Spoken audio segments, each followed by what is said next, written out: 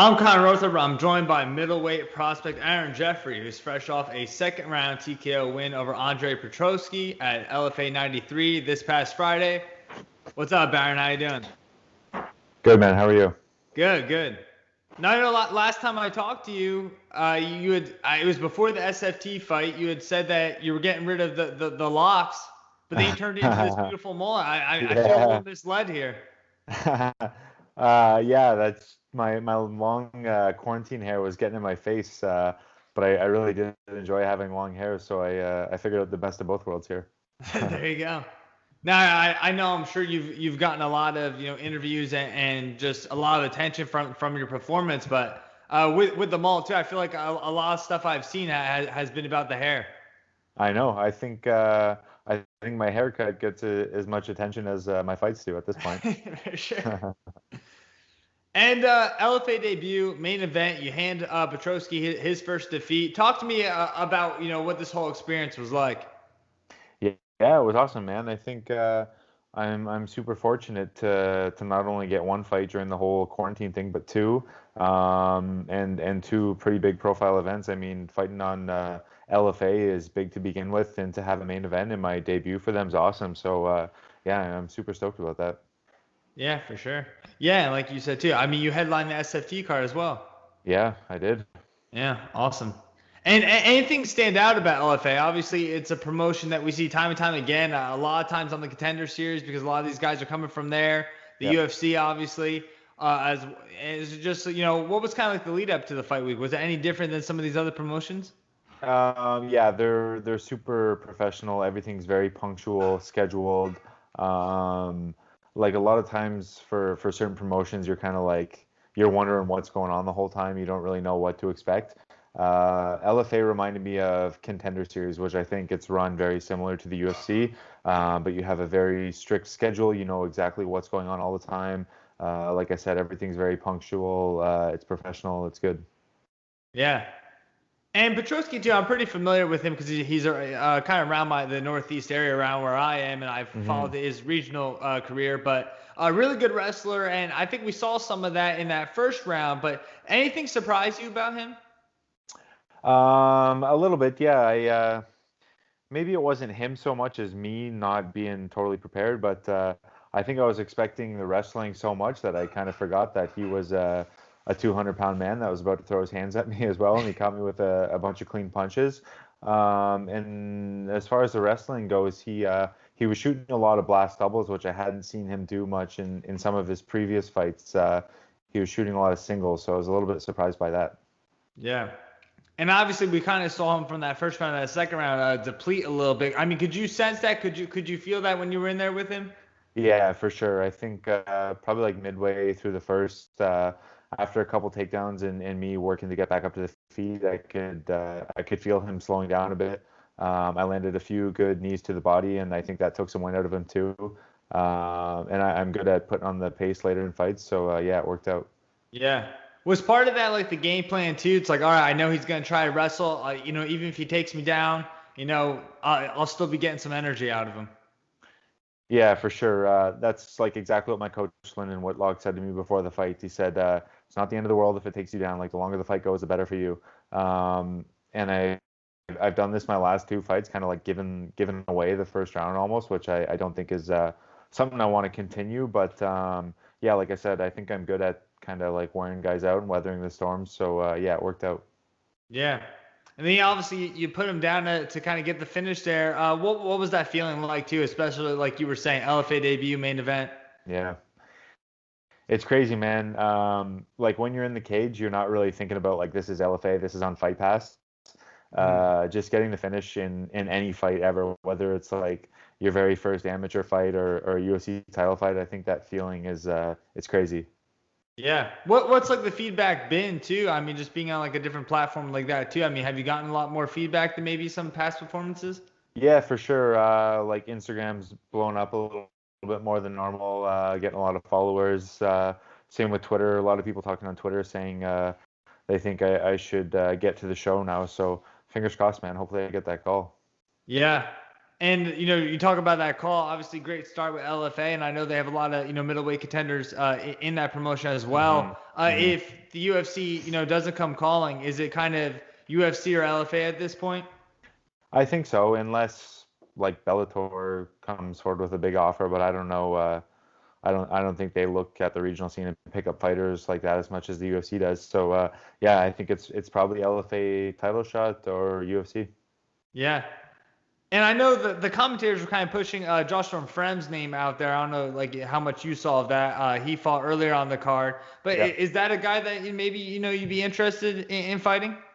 Yeah, maybe. I'm hearing Kyle Stewart a lot, the former UFC guy. So yeah, man. I mean, whatever they want to do. Yeah.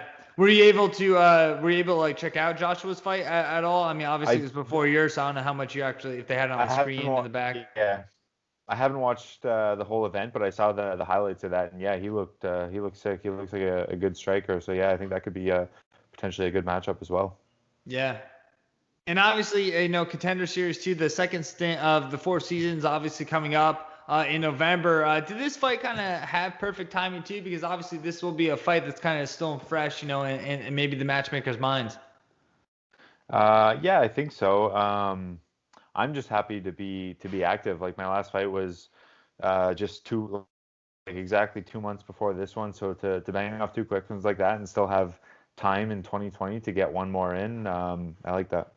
Yeah. Oh, so you're looking for a third, one more before the year end. Yeah, I would love it. That was my goal at the beginning of the year. I wrote down a list of things I wanted to do, and the one thing was 3 fights in 2020, and I didn't get one till August, but now we're two in, so let's try and make a third. Yeah. Did you have any talks with LFA about maybe a future card? Uh, no, I haven't. I don't know what my manager's up to. I haven't spoken to him a whole lot this week, but I know he doesn't take big breaks. He's usually like on me the night after the fight, so I'm sure he's got things in the works. Yeah. And obviously, you say you haven't been able to talk to your manager. Have you heard anything about maybe a potential contender series, anything like that? Nothing yet. He thinks this is the one. That's what he's telling me. He thinks this could be the one to get me into the UFC. So, like I said, fingers crossed for me. Yeah. And obviously, if it's not, I know they were saying too that I think every middleweight champion that has been in LFA has gone on to UFC. So a title shot, I mean, that has to be something that if this doesn't happen, that you're kind of pushing for. Yeah, for sure, for sure. I think if there is one more fight before UFC, um, I mean, I've been saying that like a couple fights here in a row, but I think the next one has got to be the one if it wasn't this one. Yeah, for sure. And obviously, you're on a great run here. The last time I talked to you, it was before your last two fights. 3 fight win streak for you too. Do you Hmm. feel like any differently than maybe like in the past, or is it just kind of a culmination of everything? Like what has kind of led to maybe this latest surge, I guess. I don't know, man. I don't think anything's any different. I think I kind of just take things like one fight at a time. Every fight is as big as the last, and I know just keep grinding and trying to win fights. That's really all you can do. Yeah, for sure. And I mean, obviously the LFA was great. I mean, any interest in returning to SFT? Like, is that like another option too? Say if the UFC doesn't happen. Yeah, possibly. I mean, uh, I would see what they had to offer. I know they had an event in Brazil that they were talking about getting me on. So yeah, they were super good too. Again, very professional, very nice people. They treated me very well. So yeah, I wouldn't mind working with them again. Yeah. And I believe when I talked to you too, I don't think you were set to be the headliner of that too. I'm assuming a fight dropped out there. Yeah, I don't know who it was, but I was originally slated as the co-main event, and they bumped me. Okay. Yeah, I mean, hey, that's good Hey, for you, yeah, good for me. Exactly. for sure. Yeah. And I mean, as far as just with LFA and everything like that, like you talked about Stewart. I mean, are those kind of the guys that maybe that you're interested in? Those guys that maybe were in the UFC too, as far as just kind of bigger names. Yeah, I think so. I think he would be like the perfect opponent, former UFC guy.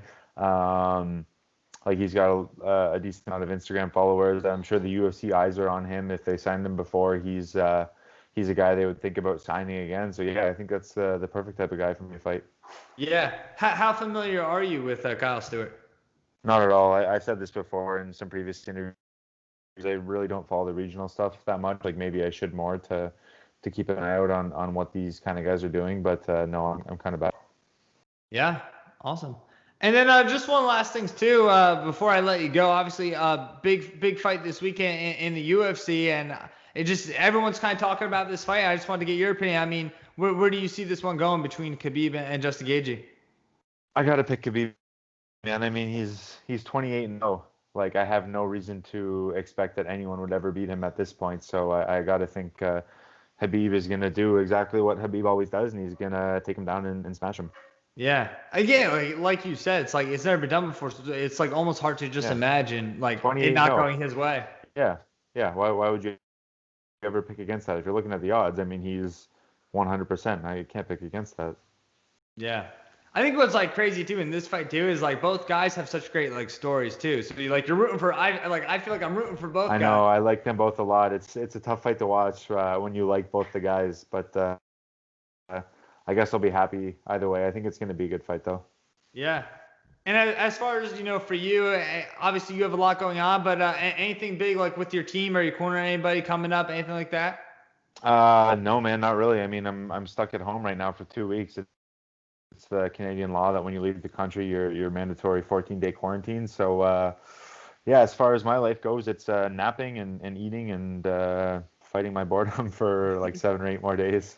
Yeah. Now you obviously had to do that after the Florida fight, Yeah, well yeah, SFT fight, which is in Florida. So I mean, are you just yeah. kind of used to this now? Not really. I don't think it's something you ever get used to, staying at home and not being allowed to leave your own property. That's the weird Yeah. one. Have you been able to check out like any good Netflix shows, anything like that, with some maybe free time? No, I'm not much of a TV guy. I read, I listen to podcasts. I'm boring, man. Yeah. What kind of podcast? Uh, a lot of nutrition, like sciencey stuff, like health and wellness kind of shit. I just finished another book today. It was about food politics and how big corporations shape our dietary guidelines. So super exciting stuff. Yeah, no, for sure. But I mean, just like I mean, obviously both those like the podcast and the book, those are very like similar topics. I mean, is that Yep. something you could see yourself maybe doing along with fighting and maybe even after fighting, like being like a nutritionist, that kind of thing in the sport? It, it, it is. It's funny you mention it, but yeah, I have a little nutrition consulting business, Jeffrey Nutrition, and yeah, that's what I do on the side, kind of my side hustle type thing. Yeah. How long have you been doing that for? Um, I think I've owned the business for maybe 3 years, and before that, I worked in like a nutrition clinic for about 4.5 years. So yeah, I've been doing it for a while. Yeah. So obviously with the weight cutting, I mean, you must have it dialed down. Yes, sir. All right. Awesome. Jeffrey, Aaron, before anything else, before I let you go. No, man. A big thanks for having me on again. I love chatting with you. Yeah, I appreciate it. All right, I wish you the best, and I hope something big comes soon. Thanks, brother. All Take right, care. Aaron, take care. Have a good one. Bye. If you enjoyed this interview, don't forget to hit that like button. If you want to see other interviews just like this one, subscribe to the channel. Or maybe even try this video. Or this video. Thanks for watching, guys.